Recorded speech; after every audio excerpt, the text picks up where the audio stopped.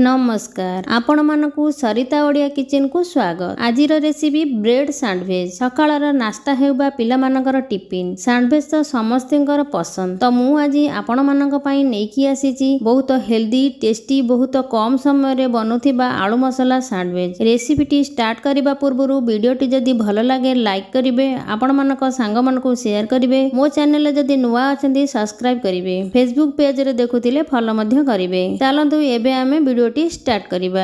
Bread sandwich करिबा पई मु एठी किछि स्क्वायर वाला ब्रेड नेछि। आपण चाहिले क्वांटिटी कम बेसी करि परिबे। आलू मसला करिबा पई मु किछि सिझा आलू को एई भली चकटी नेछि। तापरे मु किछि धनिया पत्र काटिकी नेछि, किछि गाजर मध्य काटिकी नेछि। एठी मु किछि कैप्सिकम छोट छोट करी काटि नेछि, आउ गोटे बड़ पियाज को मध्य काटि नेछि। एठी मु 2 रु 3 टी कंचा लंका मध्य काटि नेछि। सैंडविच भितरे देबा पई मु एई भली काकुड़ी टमाटर पियाज और गाजर को मध्य काटि नेछि। एबे हमर सब रेडी हो जाइछि।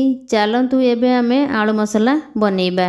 आलू मसला बनेबा पई मु एठी गैस ऑन करी गोटे पैन बसे देछि। पैन गरम हेबा परे सेथिरे देबा किछि रिफाइन ऑयल। आपण चाहिले मस्टर्ड ऑयल मध्य व्यवहार करि परिबे। तेल गरम हेबा परे सेथिरे देबा किछि गोटा जीरा गुड़िक भल भाबरे फुटी सारिबा परे सेथिरे देबा कटा पियाज। गैस र फ्लेम को हाई रे रखी पियाज को भल भाबरे गोलाई नेबा। पियाज गोलाई सारिबा परे सेथिरे देबा कटा कैप्सिकम कटा गाजर को देई भल भाबरे मिक्स करि नेबा। तापरे देबा स्वाद अनुसार लूण। मु एठी कंचा लंका काटी रखिथिली ताकू मध्य नेउछि। कंचा लंका देई भल भाबरे गोलाई नेबा। परिबा को बेसी सिझिबा पई देबानी। मन रखंतु सांग माने जे कोनोसी चाइनीज रेसिपी बनेले गैस र फ्लेम को सब बेले हाई रे रखिबे। हाई रखिबा द्वारा तार टेस्ट भलो होई थाए। एबे हमर परिबा गुडी को हल्का सिझी आसिलानी। एबे हमें सेथिरे देबा हाफ चमच हळदी गुंड, हाफ चमच लंका गुंड। से सब को भलो भाबरे गोलाई नेबा। से सब को भलो भाबरे गोलाई सारिबा परे सेथिरे देबा सिझा आलू आ गोटे चमच गरम मसला, गोटे चमच चाट मसला देले आलू मसलार पुरटी बहुत टेस्ट होई थाए। आउ कटा होइतिबा धनिया पत्र देई भल भाबरे मिक्स हेबा पर्यंत गोलाई नेबा। एबे हमर आलू मसला रेडी होई जाइछि। आकु हम एबे साइड रे रखि देबा। देखंतु सांग माने एठी मु गोटे प्लेट नेइछि आउ 2टी ब्रेड मध्य नेइछि। गोटे ब्रेड रे टमाटर सॉस आरटे रे चिली सॉस देई भल भाबरे लगाई देबा। तापरे आलू मसला को गोटे ब्रेड ऊपर देबा। आलू मसला देई सारिबा परे काटी रखिथिबा पियाज काकुड़ी टमाटर गाजर को मध्य भल भाबरे सजेई देबा। सजेई सारला परे आउ गोटे ब्रेड ता ऊपर एई भली भाबे देई देबा। एबे हमर गोटे सैंडविच रेडी होई जाइछि।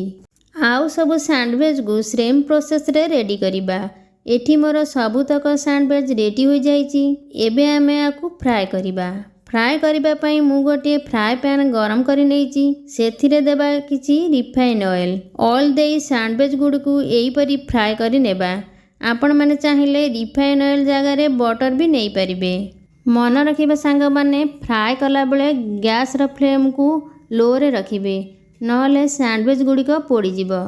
एठी मोर सबुतक सैंडविच फ्राई हो जाइछि।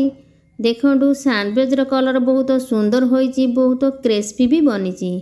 एबे हमर सैंडविच गुड़िक खाइबा पई रेडी हो जाइछि। वीडियो को शेष पर्यंत देखिबे। भल लागिले कमेंट माध्यम रे जणाइबे। पाखरे थिबा घंटी को प्रेस करिवे, जहा फळे रे मु बनेइथिबा रेसिपी गुड़िक आपण मानक पाखरे सर्वप्रथमे पहुंची पारिबो। एबे मु रहुछि पुणी देखा हेबा नुआ रेसिपी सहित। Bye bye.